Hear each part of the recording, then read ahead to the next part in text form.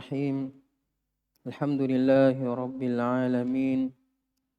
Wassalatu wassalamu ala asyrafil anbiya'i wal mursalin wa ala alihi wa sahbihi wa man tabi'ahum bi ihsanin ila yaumiddin.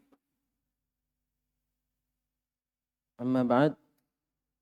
Alhamdulillah kita kembali melanjutkan kajian kita pada malam hari ini. Lanjutan pembahasan kitab Sahih Al-Imam Al-Bukhari rahimahullahu ta'ala rahmatan wasi'ah. Kita masih pembahasan tentang kitab As-Shaum dan masuk ke bab yang ke-12. Imam Bukhari rahimahullahu ta'ala berkata, Babu syahra idin la yanqusan. Bab 2 bulan hari raya syahra idin. Huzifatin nun lil idafah. Syahrani huzifatin nun lil idafah. Syahra idin. 2 bulan hari raya la yanqusan. Keduanya tidak berkurang. Dalam bab ini Imam Bukhari ingin menjelaskan makna ucapan Nabi sallallahu alaihi wasallam bahwa 2 bulan hari raya ini tidak berkurang. Dan untuk menjelaskan tentang keutamaan 2 bulan hari raya ini, yang mana salah satunya adalah bulan Ramadan. Kemudian Imam Bukhari menyebutkan 2 penafsiran tentang makna la yanqusan. Beliau mengatakan qala Abu Abdullah, qala Ishaq. Abu Abdullah Muhammad ibn Ismail Al-Bukhari.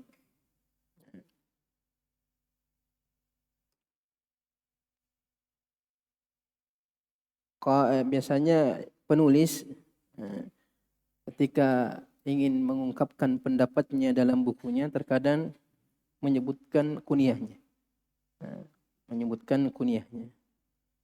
Atau terkadang langsung mengatakan qultu atau qulna. Tapi lebih aman kalau dia langsung mengucapkan namanya. Qala Muhammad atau qala Abu Abdullah. Qala Ishaq ibn Rahawai rahimahullah ta'ala. Beliau mengatakan wa in kana naqisan fahuwa tamam. Wa in kana naqisan fahuwa tamam. Kalau 2 bulan ini, bulan Ramadan dan bulan Dzulhijjah kurang, artinya cuma 29 hari, tidak cukup 30 hari, maka dia tetap dianggap sempurna. Keutamaannya, pahala ibadahnya tetap bernilai sempurna di sisi Allah Subhanahu wa taala. Ini salah satu penafsiran. Nanti ada beberapa pendapat ulama tentang makna la yanqusan. Tapi Ishaq ibn Rahawai rahimahullah mengatakan 2 bulan ini tidak berkurang, artinya tidak berkurang keutamaannya. Sekalipun harinya berkurang, tapi kemuliaannya, keutamaannya, pahalanya tetap sempurna. Wa qala Muhammad di tempat kalian Muhammad atau Ahmad? Dia yang punya kitab Muhammad atau Ahmad? Muhammad. Berarti Muhammad ibn Ismail, Imam Bukhari juga. La yajtami'ani kilahuma naqis. Muhammad ibn Ismail, Imam Bukhari memilih pendapat bahwasanya la yajtami'ani kilahuma naqis. 2 bulan ini tidak terjadi dalam 1 tahun, kedua-duanya kurang. Artinya Ramadan dan Dzulhijjah di tahun yang sama hanya 29. Jadi kalau 29 Ramadan berarti Dzulhijjah 30. Atau 30 Ramadan, bisa jadi 30 juga Dzulhijjah, Bisa jadi juga cuma 29. Jelas kedua-duanya tidak kurang dalam 1 tahun secara bersamaan. Tapi di kitab Taghliqut Ta'liq, kitab Taghliq At-Ta'liq, karyangan Al-Hafidz Ibnu Hajar. Al-Hafidz Ibnu Hajar mengumpulkan semua riwayat mu'allaqah di Sahih Bukhari. Kemudian dia carikan sanadnya. Dia carikan sanadnya, di mana sanad ini diriwayatkan dari buku-buku terdahulu. Terkadang Imam Ibn Hajar meriwayatkan hadis mu'allaq itu dengan sanadnya sendiri. Jadi dia punya sanad sampai kepada hadis tersebut.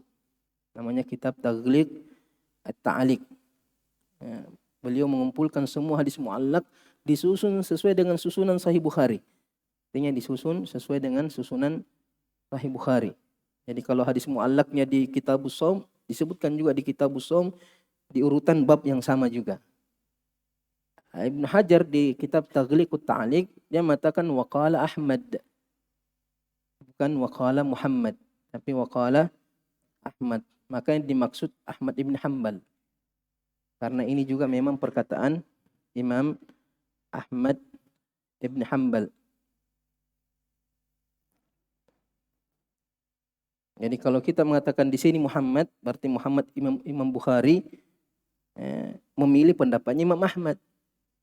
Tapi kalau kita mengatakan Imam Ahmad, berarti yang dimaksud, kalau kita mengambil riwayatnya Ibn Hajar waqala Ahmad, berarti Imam Bukhari menukil 2 pendapat ulama, Ishaq ibn Rahawai dan pendapat Imam Ahmad. Dan ini 2 pendapat imam ini, pendapatnya Imam Ahmad dan pendapatnya Imam Ishaq ibn Rahawai, ini diriwayatkan oleh Imam Tirmidzi dalam kitab Sunan. Setelah meriwayatkan hadis ini, beliau mengatakan qala Ahmad, Imam Tirmidzi mengatakan qala Ahmad, makna hadzal hadis syahra idin la yanqusan, 2 bulan hari raya tidak berkurang, yaqulu la yanqusani ma'an fi sanatin wahidah, syahrul Ramadan wa Dzulhijjah. Artinya 2 bulan ini tidak berkurang bersamaan dalam 1 tahun, yaitu bulan Ramadan dan bulan Dzulhijjah. Inna qasa ahaduhuma tammal akhar. Kalau ada salah satunya yang kurang, maka yang lainnya pasti sempurna.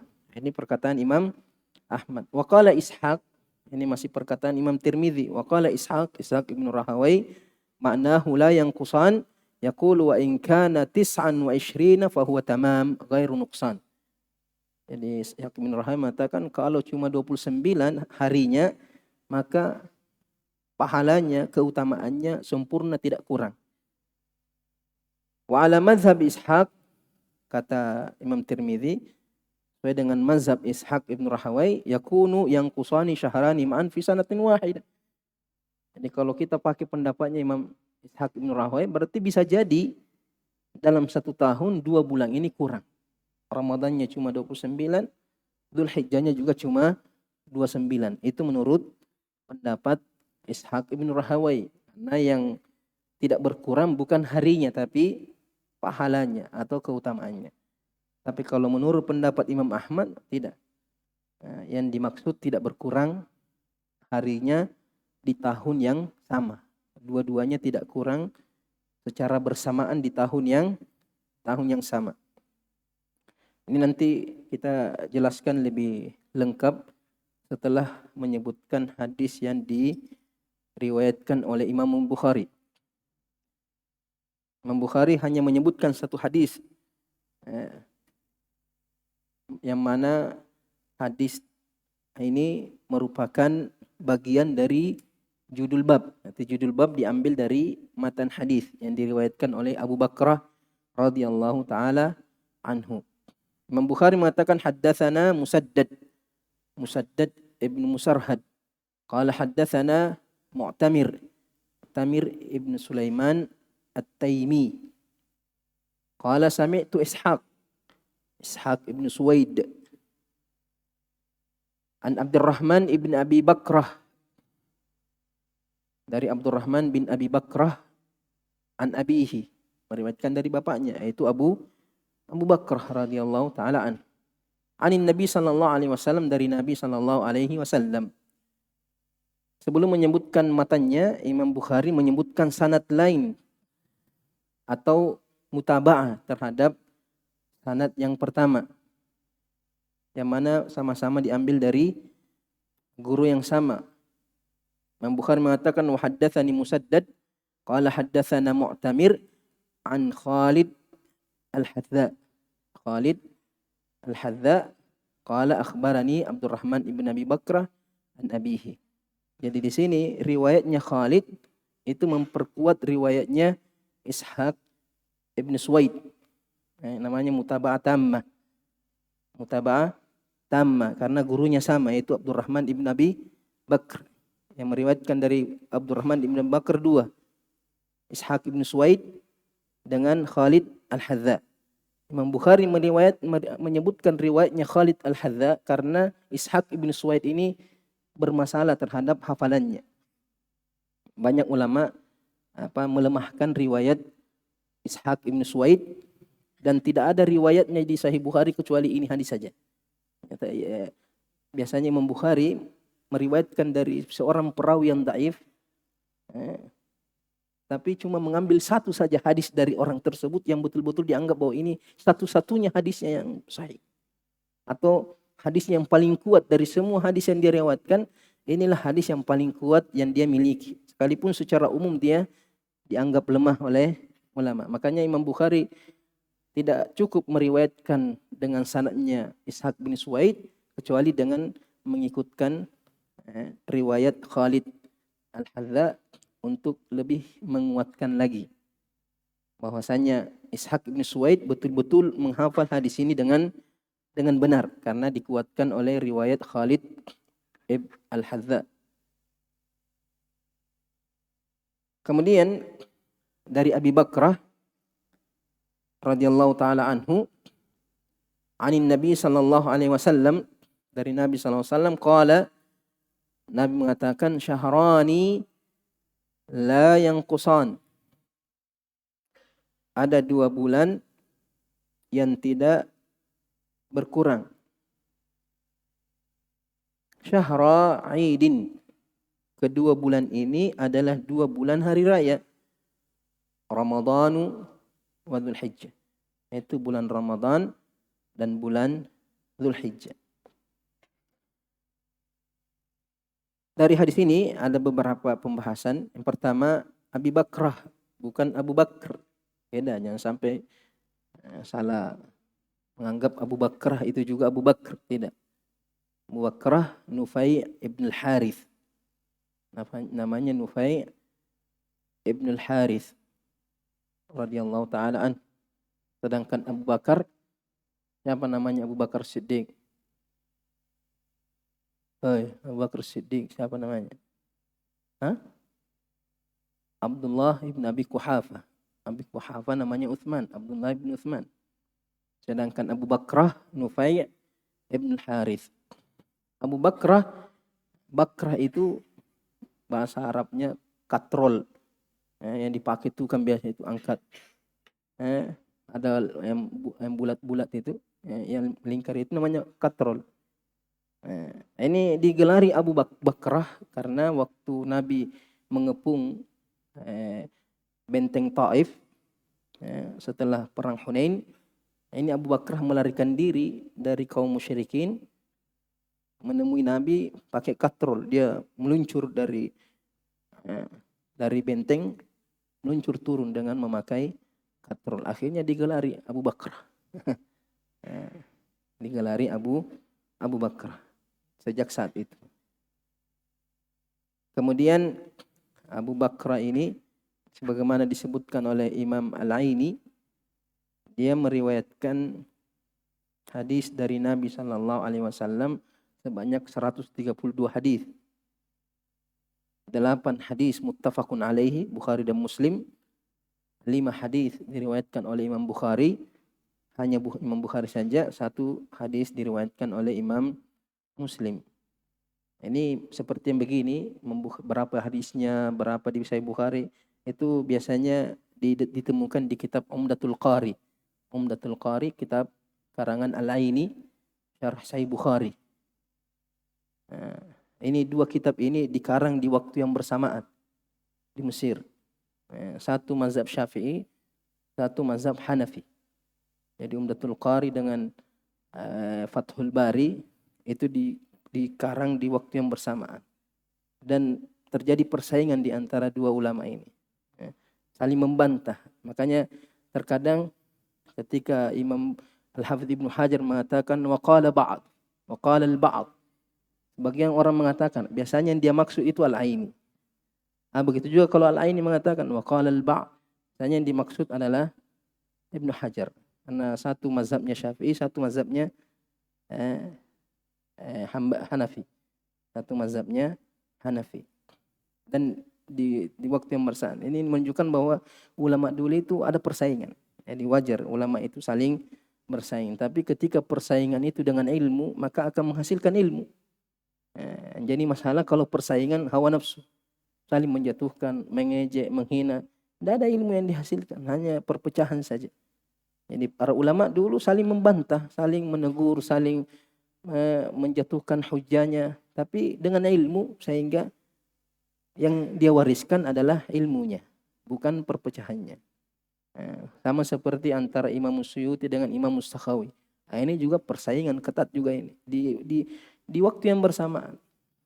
Bahkan sama-sama berguru dari Al-Hafidh Ibnu Hajar, satu guru, tapi bersaing. Baru persaingannya bukan persaingan, memang saling. Tapi itu karena ulama bersaing dengan ilmu, akhirnya menghasilkan ilmu. Imam Suyuti karang mustalah hadis, As-Sakhawi karang juga mustalah hadis. Ini karang ini, dia juga karang ini. Bagus saing. Persaingan, disitulah berkahnya ilmu. Jadi Al-Aini biasanya fokus dengan jumlah-jumlah riwayat sahabat Nabi SAW. Abi Bakrah wafat tahun 51 Hijriah. Kemudian 2 hari raya yang dimaksud oleh Imam Bukhari di dalam judul bab jelas. Dalam hadis Nabi SAW sebutkan adalah Ramadan dan Dzulhijjah. Dzulhijjah tidak ada masalah. Nah memang Idul Adha di bulan Dzulhijjah. Yang jadi masalah Ramadan. Karena hari raya di bulan Ramadan atau di bulan Syawal? Bulan Syawal, bukan bulan Ramadan. Kenapa Ramadan dikatakan bulan hari raya? Nah hari rayanya bukan di bulan Ramadan. Hari rayanya di bulan Syawal. Ada beberapa jawaban ulama tentang hal ini. Di antaranya bahwasanya Ramadan dikatakan bulan hari raya Idul Fitri karena dia berdekatan langsung dengan hari raya. Artinya setelah Ramadan langsung hari raya setelahnya. Artinya menempel dengan bulan Ramadan. Makanya bisa dinisbatkan Ramadan itu bulan hari raya. Sama seperti maghrib, salat maghrib dikatakan witir siang. Maghrib itu dikatakan witir siang, sebagaimana dalam hadis Nabi SAW di Musnad Ahmad, salatul maghribi witrun nahar. Salat maghrib itu witirnya siang. Salat maghrib di siang hari atau di malam hari? Sudah malam karena sudah tenggelam matahari. Cuma bersambung antara siang dengan maghrib itu bersambung. Jadi dinisbatkan maghrib itu witirnya siang. Sedangkan witir di akhir malam itulah witir malam hari. Kata salatul maghribi turun nahar fa'autiru salatal lail. Jadi kalau siang ditutup dengan witir itu salat maghrib, maka malam hendaknya juga ditutup dengan witir. Itu setelah salat tahajud. Ini yang pertama. Jadi Ramadan dikatakan bulan hari raya karena berdekatan atau bersambungan dengan hari raya itu. Kemudian pendapat kedua atau jawaban yang kedua bahwasanya hari raya Idul Fitri itu berkaitan dengan ibadah Ramadan. Tidak ada kaitannya dengan Syawal. Jadi kita hari raya di Idul Fitri di bulan Syawal tanggal 1 Syawal itu karena rangkaian ibadah di bulan Ramadan. Setelah kita berpuasa, salat malam, kita mendapatkan kebahagiaan dari Allah Subhanahu wa taala sebagaimana Nabi sallallahu alaihi wasallam mengatakan, lis-shaimi farhatan. Farhatun 'inda fitrihi, yaitu di Idul Fitri. Wa farhatun 'inda liqa'i rabbih. Jadi Ramadan dikatakan bulan hari raya sekalipun hari rayanya setelah Syawal, setelah masuk Syawal, tapi itu hari raya karena pelaksanaan ibadah di bulan Ramadan. Sama seperti Idul Adha karena pelaksanaan ibadah di hari haji atau Ayyamil Hajj.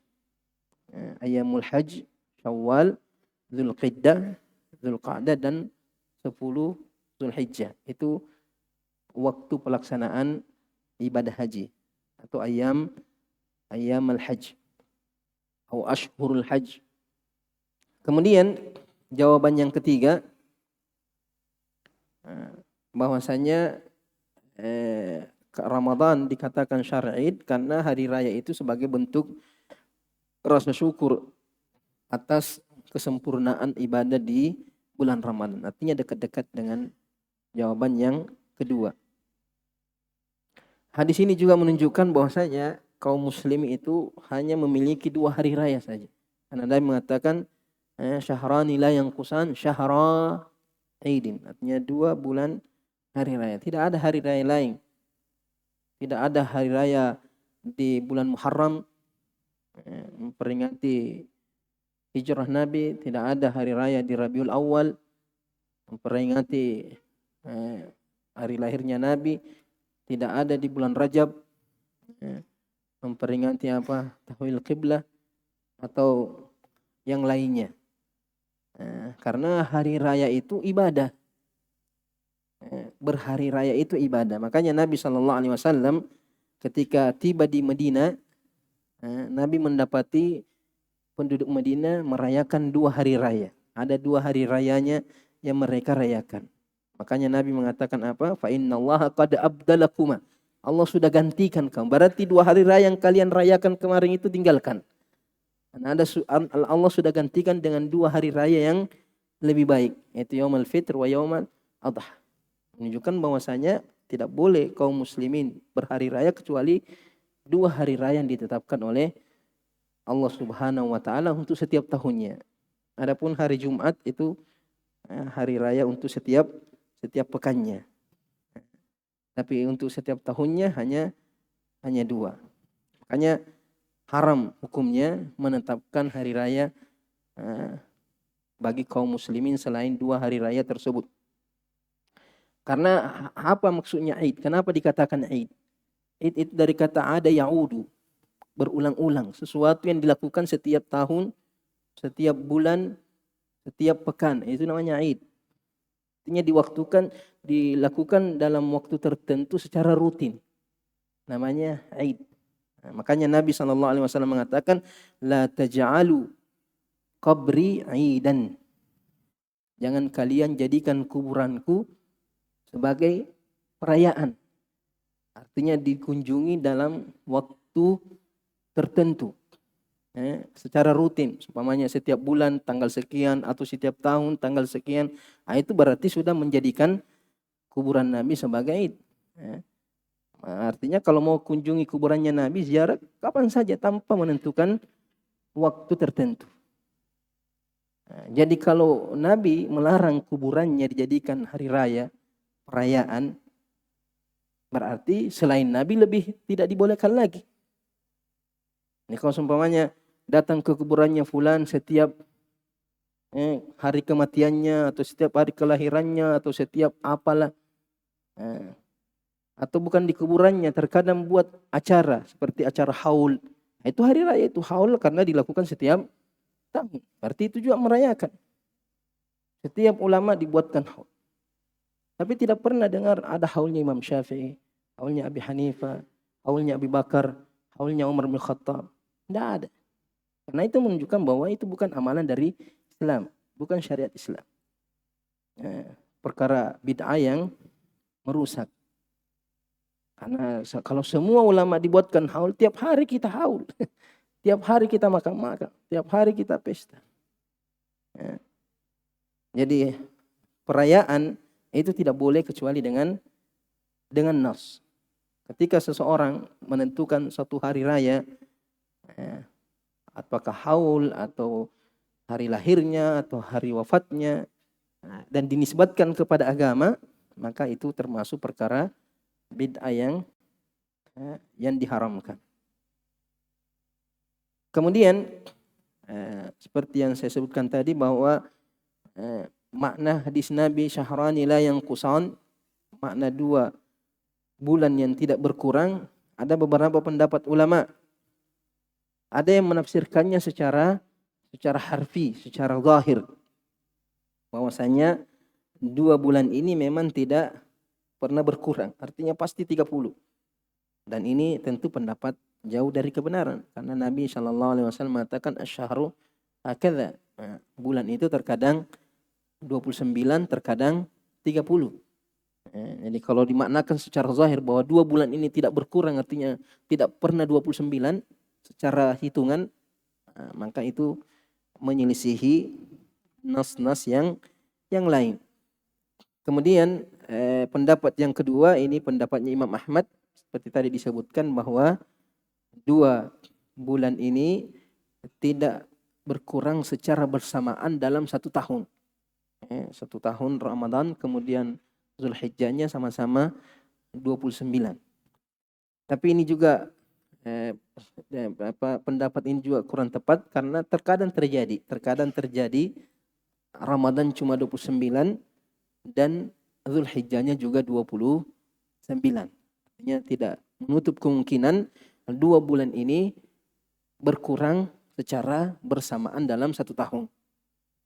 Kemudian pendapat yang ketiga, itu pendapat Ishaq ibn Rahawai, dan ini pendapat yang lebih kuat, bahwasanya 2 bulan ini sekalipun jumlahnya cuma 29, tapi pahalanya, ibadah yang dilakukan pada bulan tersebut sama, tidak berkurang, tidak mengalami pengurangan. Makanya ketika Nabi SAW mengatakan man shama Ramadan fa syahrun bi asyrati ashhur wa siyamu 6 ayyamin ba'dal fitri fadzalika tamamu siyamis sana. Artinya berpuasa di bulan Ramadan itu dianggap 10 bulan. Kenapa? Karena 30 dikali 10. Berarti pahalanya 10 bulan. Sedangkan 6 hari dikali 10 pahalanya 2 bulan. Pertanyaannya, bagaimana kalau Ramadannya cuma 29? Berarti kurang, tidak cukup 1 tahun. Nah, inilah pengamalannya hadisnya. Sekalipun 29, kita puasa cuma 29, tapi hitung-hitungannya tetap kita puasa selama 10 bulan. Pahalanya puasa 1 Ramadan itu senilai dengan puasa 10 bulan. Sekalipun cuma 29 hari. Begitu juga dengan Zulhijjah, karena terkadang perselisihan. Ada yang mengatakan ini hari sudah tanggal sekian, ada yang mengatakan ini sekarang, perselisihan di hari Arafah terkadang, ya, apakah ini hari Arafah atau nanti besok hari Arafah. Jadi ketika kita mengikut penetapan pemerintah, seumpamanya pemerintah mengatakan nanti besok Arafah, sedangkan di Arab Saudi sudah Arafah ini hari. Nah, kita tidak puasa. Maka puasa kita besok sama-sama dengan puasa. Tidak ada yang mengatakan berkurang pahalanya atau tidak sempurna pahalanya, tidak. Ini 2 bulan tidak berkurang. Sekalipun penetapannya mungkin ada yang keliru, pemerintah keliru atau apa, maka yakin pahalanya tetap sempurna di sisi Allah Subhanahu wa taala. Jangan sampai syaitan datang membisikkan, tidak sempurna puasamu. Orang sudah wukuf, kamu tidak, atau orang sudah hari raya justru kamu puasa. Sampai ada orang yang menghasut seperti itu sehingga orang bersedih menganggap bahwa pahalanya berkurang atau ibadahnya tidak sempurna. Maka Nabi mengatakan tidak. 2 bulan ini tidak pernah berkurang pahalanya. Bagaimanapun keadaan ketika menetapkan hilal masuknya 2 bulan ini. Mungkin namanya juga manusia, keliru mungkin. Menetapkan sudah masuk ternyata belum masuk, kemudian dianggap sudah masuk. Selama kita berusaha menetapkan masuknya hilal sesuai dengan arahan Nabi Sallallahu Alaihi Wasallam, maka itu sudah cukup dan kita tetap akan mendapatkan pahala yang sempurna di sisi Allah Subhanahu Wa Taala. Makanya pendapat yang lain bahwasanya 2 bulan ini pendapat yang keempat, bahwasanya 2 bulan ini tidak berkurang, artinya 2 bulan ini pahalanya sama. Pahala di sisi Allah sama. Jadi ibadah di bulan Ramadan itu sama dengan ibadah di bulan Dzulhijjah. Karena sebagian ulama berselisih mana yang afdal, bulan Ramadan atau bulan Dzulhijjah. Terkhusus 10 awal Dzulhijjah atau 10 akhir Ramadan. Mana yang paling utama? Ini banyak perselisihan ulama. Ada yang menguatkan bulan Ramadan dengan keutamaannya, puasanya, salat malamnya dan sebagainya. Ada yang menguatkan bulan Dzulhijjah dengan ibadahnya. Tapi Al-Hafidz Ibnu Hajar ambil jalan tengah. Mengatakan kalau dilihat dari malamnya, maka 10 malam terakhir itu yang terbaik Ramadan. Karena ada malam Lailatul Qadr. Sedangkan untuk siangnya, maka yang terbaik adalah 10 awal Dzulhijjah karena ada hari Arafah. Cuma ini pendapat yang keempat ini mengatakan, nah sama sih. Antara artinya keutamaan bulan Ramadan sama dengan keutamaan bulan Dzulhijjah, la yang kusan. Artinya tidak ada yang kurang satu dengan yang lainnya. Artinya setara di sisi Allah Subhanahu wa taala. Makanya kita dianjurkan memperbanyak ibadah juga di bulan Dzulhijjah. Ya. Nah, terkadang ada orang semangat ibadah di bulan Ramadan, tapi masuk Dzulhijjah tidak diisi dengan berpuasa. Nabi terkadang berpuasa 9 hari, mulai dari hari pertama sampai hari kedua. Memperbanyak zikir, memperbanyak doa, memperbanyak sedekah.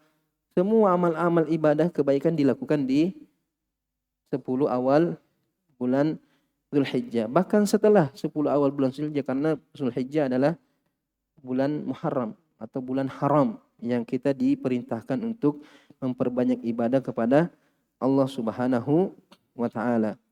Kemudian pendapat yang kelima, ada yang mengatakan bahwa syahrani la yanqusan, 2 bulan ini tidak berkurang. Itu di masa Nabi sallallahu alaihi wasallam. Artinya Nabi mengucapkan ini di masanya. Bahwasanya 2 bulan ini tidak berkurang, artinya bulan Ramadan yang telah berlalu, yang dilalui oleh Nabi, dan bulan Dzulhijjah ini tidak berkurang. Adapun setelah wafat Nabi, ada kemungkinan dua-duanya berkurang. Jadi pendapat kelima ini mengatakan ini ucapan Nabi ini hanya berlaku di masa hidupnya Nabi sallallahu alaihi wasallam. Kemudian pendapat yang keenam, bahwasanya tidak berkurang secara hukum. Artinya hukum beribadahnya, hukum salat hari rayanya sama, Idul Fitrinya dengan Idul Adhanya. Artinya hukum-hukum yang berkaitan dengan hari raya Idul Fitri dan Idul Adha itu tidak jauh beda, artinya sama. Pendapat yang lebih kuat itu pendapat yang ketiga, pendapatnya Ishaq ibnu Rahawai. Ini disebutkan oleh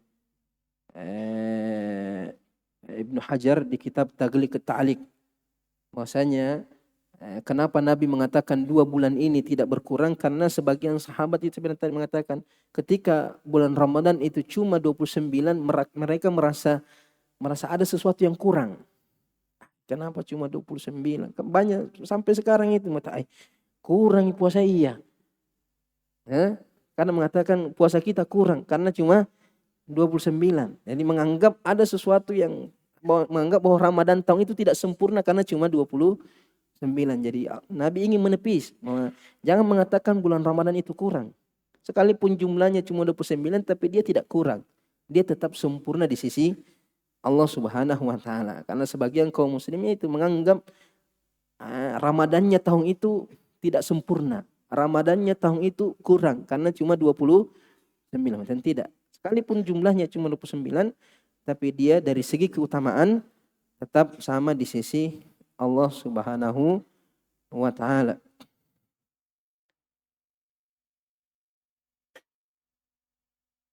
Kemudian kita pindah ke bab yang selanjutnya.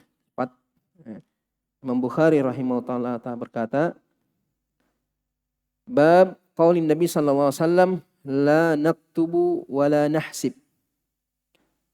Bab sabda Nabi bahwa kita tidak menulis dan tidak menghitung. Ini sebagai bantahan bagi orang yang memakai hisab. Jadi Imam Bukhari satu bab ini khusus bantahan bagi orang yang menetapkan masuknya Ramadan atau keluarnya Ramadan. Begitu juga masuknya bulan-bulan yang lain. Karena yang difokuskan cuma Ramadan dan Dzulhijjah. Ini yang paling banyak perdebatan. Bahwasanya Nabi menolak atau menepis anggapan bahwasanya boleh menetapkan masuknya bulan Hijriyah atau keluarnya dengan hisab. Kemudian Imam Bukhari menyebutkan satu hadis dalam bab ini. Beliau mengatakan haddatsana Adam ibn Abi Iyas. Qala haddatsana Syu'bah ibn al-Hajjaj Abu Bistam. Qala haddatsana Al-Aswad ibn Qais. Qala haddatsana Sa'id ibn Amr annahu qala annahu sami'a Ibn Umar radhiyallahu taala anhum an Nabi sallallahu alaihi wasallam qala inna ummatun ummiyah. Inna ummatun ummiyah. Kita ini artinya umatnya Nabi Muhammad adalah ummah yang ummiyah.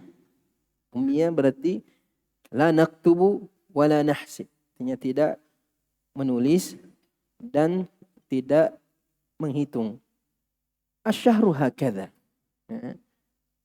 Yakni marratan tis'atan wa isyrina wa marratan thalathin. Ini hakadha. 1, 2, 3, 1, 2, 3, 29. Terkadang hakadha. 1, 2, 3, 30.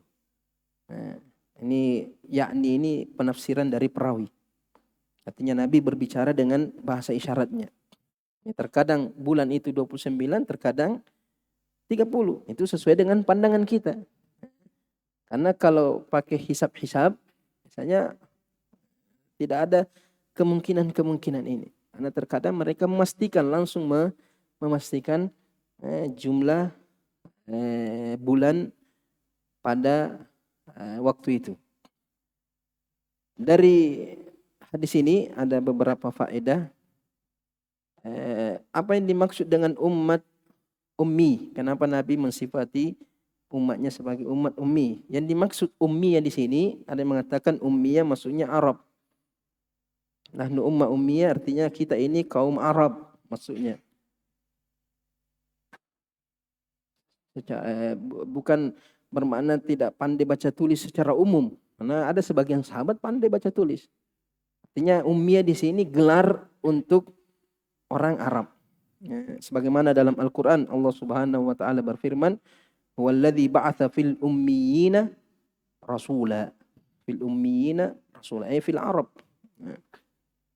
Kemudian pendapat yang kedua, inna umma ummiyah Rasulullah secara khusus. Artinya kita ini adalah umatnya Muhammad.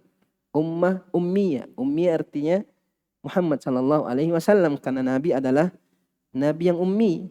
Bagaimana Allah Subhanahu wa taala berfirman, fa aminu billahi wa rasulihi an-nabiyyi al-ummi. Berarti ummah ummiyah artinya umat Muhammad. Umat Muhammad. Ini dua makna ummiyah.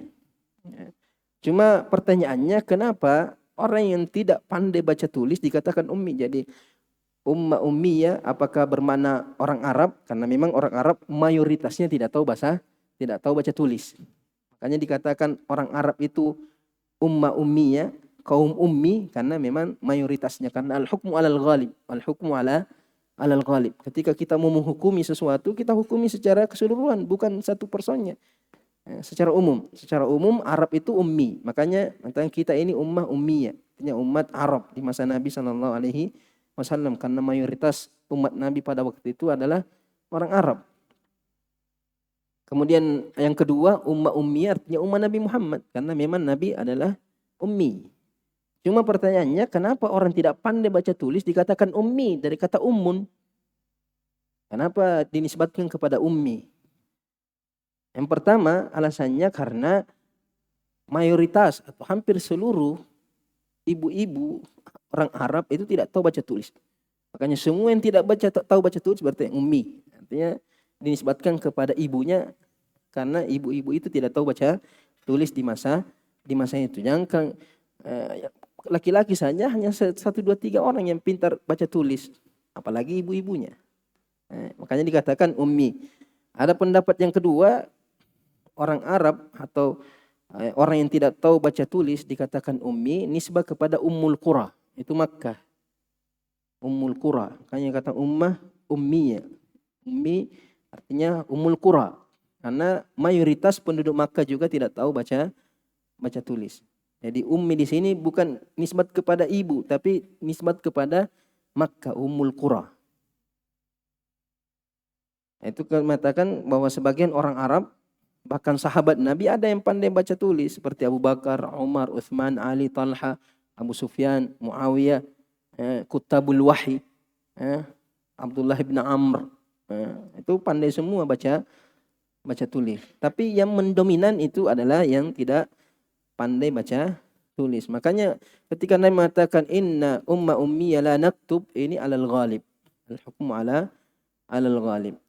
Hadis ini sebagaimana saya sebutkan tadi bahwa Imam Bukhari ingin menegaskan bahwasanya penetapan bulan itu dengan ru'yah, bukan dengan hisab. Karena Nabi jelas mengatakan kita ini ummah ummiyah, tidak tahu baca tulis, tidak tahu membaca. Menetapkan bulan itu begini, kalau bukan 29, 30, selesai. Bukan dengan dihitung-hitung, diteropong-teropong apa semuanya, di kalkulator apa, tidak ada seperti itu. Nah, ini menegaskan bahwasanya penetapan hilal itu dengan ru'yah, bukan dengan hisab. Makanya di masa Nabi itu ada yang ahli hisab. Ada ahli hisab, cuma orang Arab. Seandainya boleh menetapkan Ramadan dengan hisab, apa salahnya Nabi bertanya kepada orang yang pandai? Datangkan yang ahlinya. Sebagaimana Nabi memanggil orang yang ahli ketika hijrah, sekalipun dia orang kafir, dipanggil, dijadikan penunjuk jalan oleh Nabi SAW. Karena dia ahli dalam mengetahui jalan yang aman untuk sampai ke kota Madinah. Jadi apa salahnya Nabi panggil ahli hisab sekalipun dia orang kafir untuk menetapkan masuknya bulan Ramadan. Kemudian yang kedua, ada dari kalangan umat Nabi, dari kalangan jin. Kalangan jin bisa mengetahui di balik awan itu. Jin bisa naik ke langit. Apalagi kalau cuma pergi mengintip bulan, sudah muncul atau tidak. Tapi Nabi tidak pernah panggil jin, lihatkan dulu sudah ada bulan di balik awan ini atau tidak. Nabi tidak memakai perantara seperti itu. Karena itu memberatkan. Yang mudah itu kalau lihat, ya sudah masuk. Kalau tidak, ya sempurnakan menjadi 30. Dan juga Nabi tidak memerintahkan sahabatnya, kita tidak tahu hisab-hisabnya, kau pergi dulu belajar. Apa susahnya utus yang sahabatnya, kau pergi belajar ke Romawi atau kemana, belajar hisab, nanti kita Ramadan tahun depan kita pakai hisab. Nabi tidak pakai seperti itu. Hanya mengatakan kita tidak pandai hisab. Bukan berarti tidak boleh belajar hisab. Bukan berarti tidak boleh belajar hisab. Karena para sahabat belajar baca tulis apa. Tapi untuk menetapkan hilal kita tidak pakai itu. Untuk menetapkan masuknya Ramadan kita tidak pakai itu. Silakan pelajari untuk hal-hal yang lain. Untuk penunjuk jalan kah atau untuk tahu musim kah, silakan pelajari. Tapi kalau untuk masuknya Ramadan atau bulan Hijriah tidak memakai hal itu. Azan dulu baru kita tambah sedikit.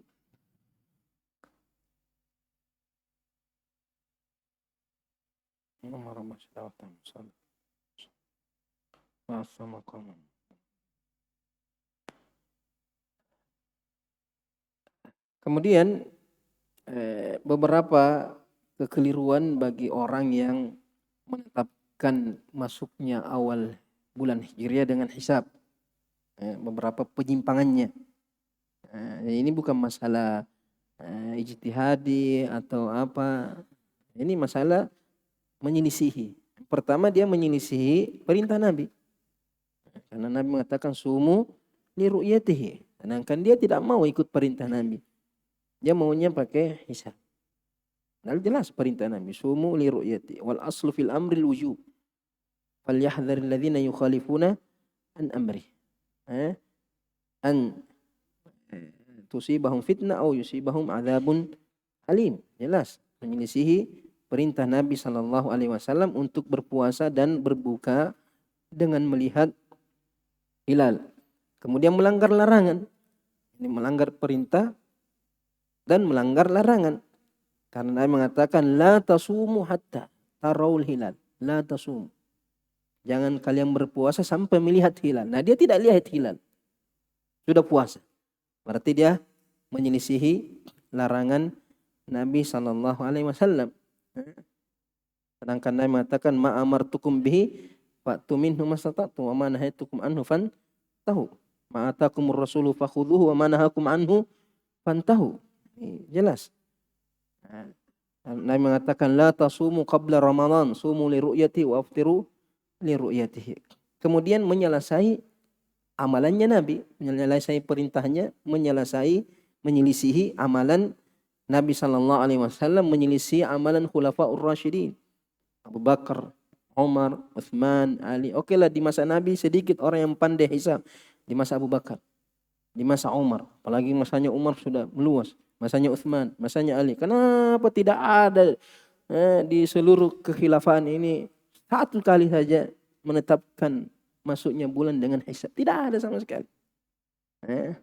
Sedangkan Nabi mengatakan alaikum bisunnati sunnatil khulafa'ir rasyidin al-mahdiyin.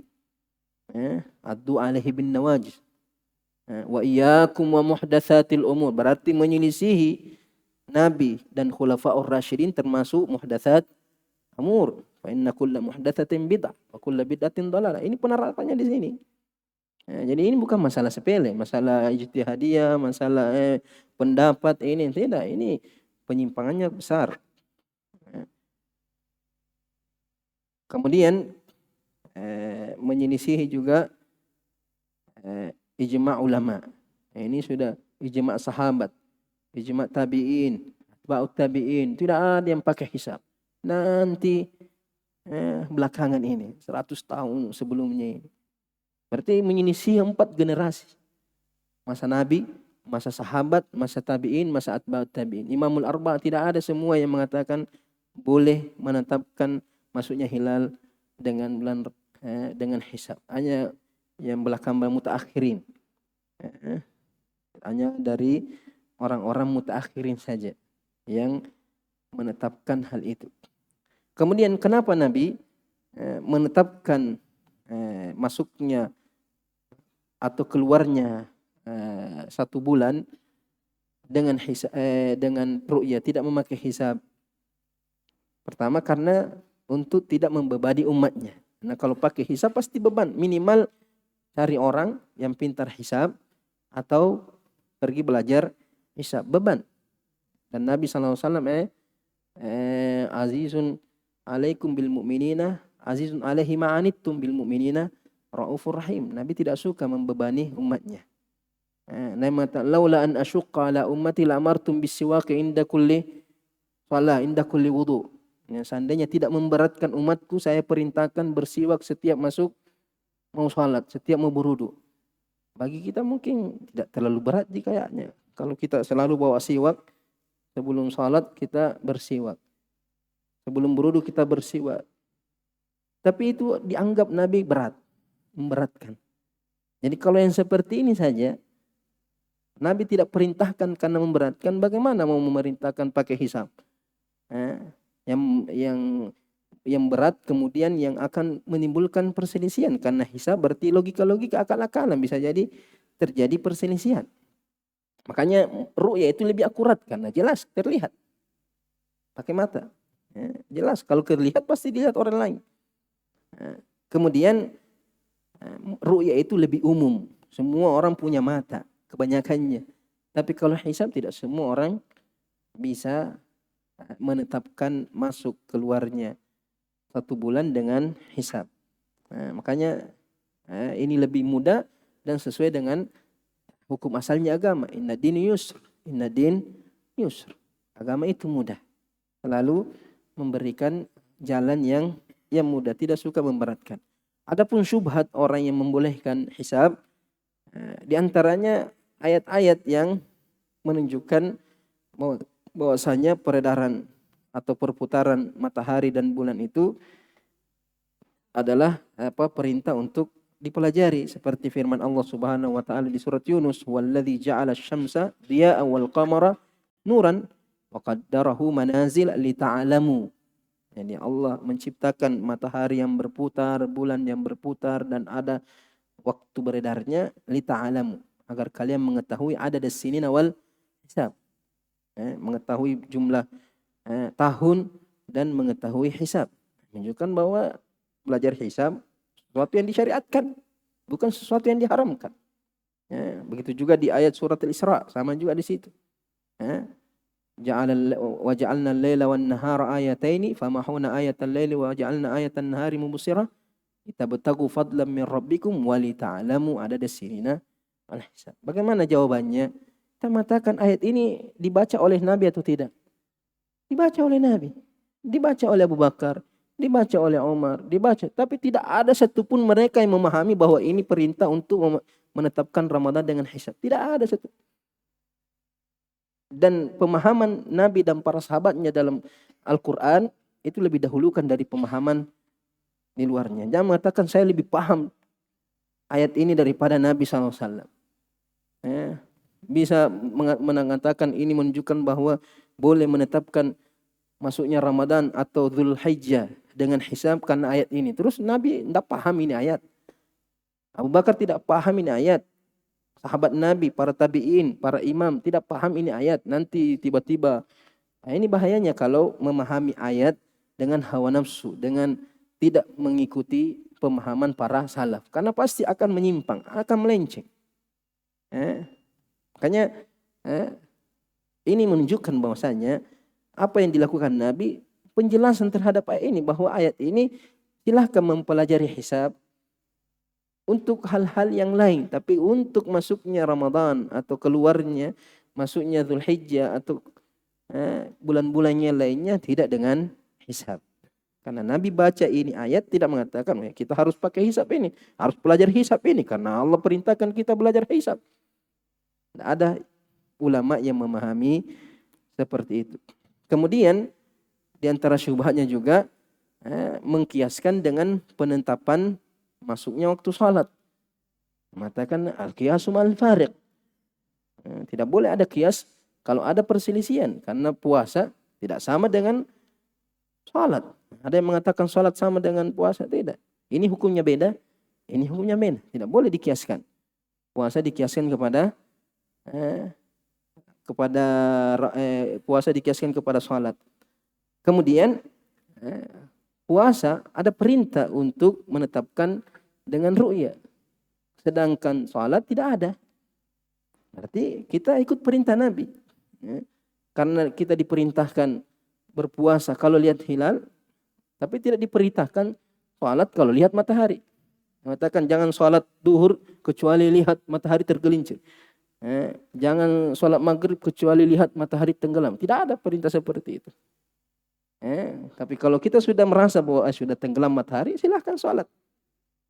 Seandainya ada perintah jangan sholat kecuali tenggelam, lihat kamu melihat, berarti harus kita lihat. Tapi tidak ada perintah melihatnya. Dan kita mengikuti perintah Nabi SAW, bukan mengikuti logika-logika. Ini diantara syubhat yang membolehkan hisab. Kemudian hadis ini juga menunjukkan bahwasanya agama Islam itu agama yang mudah, tidak ada yang sulit. Wa ma ja'ala 'alaikum fid dini min haraj. Nabi tidak senang umatnya dipersulit. Jadi Nabi tidak senang umatnya sulit. Kenapa kau persulit umatnya Nabi Muhammad? Semua orang yang mempersulit umatnya Nabi Muhammad akan berhadapan dengan Nabi sallallahu alaihi wasallam. Nabi selalu memudahkan umatnya. Tiba-tiba kau persulit. Mewajibkan apa yang tidak wajibkan Nabi. Melarang apa yang tidak dilarang Nabi. Itu mempersulit namanya. Mewajibkan sesuatu yang tidak wajibkan. Kalau meninggal harus potongkan ini, harus ini. Dari mana semua itu? Siapa yang mewajibkan? Tidak ada. Nabi tidak mewajibkan. Kau mewajibkan berarti kau mempersulit umatnya Nabi Muhammad. Kau melarang sesuatu yang tidak dilarang Nabi. Kau mempersulit umatnya Nabi Muhammad. Nanti kamu akan bertemu, nanti akan kamu ketemu dengan Nabi. Kenapa kau persulit umatku? Saya tidak suka umat persulit umatku. Saya saja yang pemimpinnya tidak mau persulit. Kenapa kau? Apa hakmu untuk mempersulit umatku? Nah, itu berat nanti pertanggungjawabannya di hadapan Allah, kemudian di hadapan Nabi SAW. Bagaimana kau mau ketemu dengan Nabi? Kamu sudah mempersulit umatnya dengan mendatangkan ajaran baru yang tidak diajarkan oleh Nabi SAW. Dan coba lihat, semua bid'ah itu pasti menyulitkan. Tidak ada bid'ah itu yang tidak menyulitkan. Karena Nabi mengatakan, dini yusr, agama yang dibawa Nabi itu yusr. Berarti yang menyelisihi agamanya Nabi, ajaran Nabi pasti sa'ab. Semua yang menyelisihi Nabi pasti usr. Karena Nabi, ajarannya Nabi yusr, berarti yang menyelisihi Nabi adalah usr. Nah, itu pertanggungjawabannya berat. Jadi yang mewajibkan harus hisab, berarti harus bertanggung jawab di hadapan Nabi, di hadapan Allah. Kemudian ketika nanti dia bertemu dengan Nabi SAW, kalau Nabi mau ketemu. Kemudian yang selanjutnya, hadis ini tidak menunjukkan bahwasanya kita tidak boleh belajar hisab. Tidak boleh belajar, mengatakan nahnu umma ummiyah, la naktub wa la nahsib. Bukan berarti tidak boleh ada umatku yang belajar menulis. Tidak boleh ada umatku yang belajar hisab. Tidak seperti itu. Nabi hanya menjelaskan keadaan umumnya. Supaya jangan memakai hisab. Tapi yang mau pelajari silahkan. Tapi jangan pakai ilmu ini untuk menetapkan masuknya Ramadan atau keluarnya Ramadan.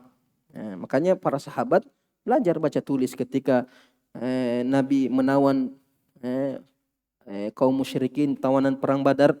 Nabi di antara persyaratannya kalau mau dibebaskan, ajari kaum muslimin baca tulis. Yang bisa mengajarkan sudah dilepaskan.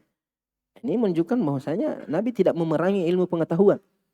Islam tidak memerangi ilmu pengetahuan. Yang diperangi ketika ilmu pengetahuan ingin dipakai untuk menetapkan hukum-hukum dalam syariat Islam, atau ilmu pengetahuan dipakai untuk menentang apa yang sudah ditetapkan oleh Nabi SAW. Kemudian sifat ummiyah Nabi itu bukan kekurangan. Nabi disifati ummi itu bukan kekurangan. Beda dengan kita. Kalau ada di sini yang masih ummi, tidak tahu mengaji, tidak tahu membaca, itu sifat kekurangan, naqs. Adapun Nabi adalah sifat kamal. Kenapa? Karena dengan sifat ummiyahnya Nabi itu menunjukkan kemukjizatan Al-Quran. Karena bayangkan seorang yang ummi, tidak pernah belajar, tidak pernah menulis, bisa mengungkapkan kata-kata bijak, kata-kata, karena itu wahyu dari Allah Subhanahu wa taala. Dan Al-Quran terjaga, tidak ada yang menuduh bahwa itu Al-Quran adalah ucapannya Nabi Muhammad atau buatannya Nabi Muhammad. Kenapa? Karena tidak mungkin seorang yang ummi bisa mengucapkan kalimat-kalimat seperti apa yang ada di dalam Al-Quran. Menunjukkan bahwasanya Al-Quran itu betul-betul dari Allah Subhanahu wa ta'ala. Lafaz dan maknanya dari Allah Subhanahu wa ta'ala. Bayangkan seorang yang ummi bisa memimpin umat. Seorang ummi ini tanda kemukjizatan Nabi sallallahu alaihi wasallam. Ini beberapa faedah dari hadis ini, insyaallah nanti kita lanjut pertemuan berikutnya, bab la yataqaddamanna Ramadan bi shaumi yaumin wala yaumain. Ini bab ini jawaban pertanyaan di sini. Mengatakan bolehkah mendahulukan bulan Dzulqa'dah, bulan Dzulhijjah dengan puasa? Ahlan wa sahlan. Karena yang dilarang cuma Ramadan. Yang tidak boleh didahului dengan puasa hanya bulan Ramadan. Nanti kita kenapa tidak boleh? Ada alasannya. Adapun Dzulhijjah, puasa Dzulhijjah sunnah. Jadi kalau disambung dengan puasa sunnah sebelumnya, apalagi sebelumnya adalah Dzulqa'dah, termasuk bulan haram yang dianjurkan untuk memperbanyak puasa. Berarti boleh-boleh saja mau puasa. Yang penting jangan puasa penuh. Nabi tidak pernah puasa penuh dalam satu bulan kecuali Ramadan. Makanya dalam riwayat Abdullah bin Amr, sum minal harami watruk sum minal harami watruk sum minal harami watruk. Artinya puasa di bulan haram tapi sisakan sebagiannya. Artinya jangan puasa secara 1 bulan penuh karena itu hanya di bulan Ramadan.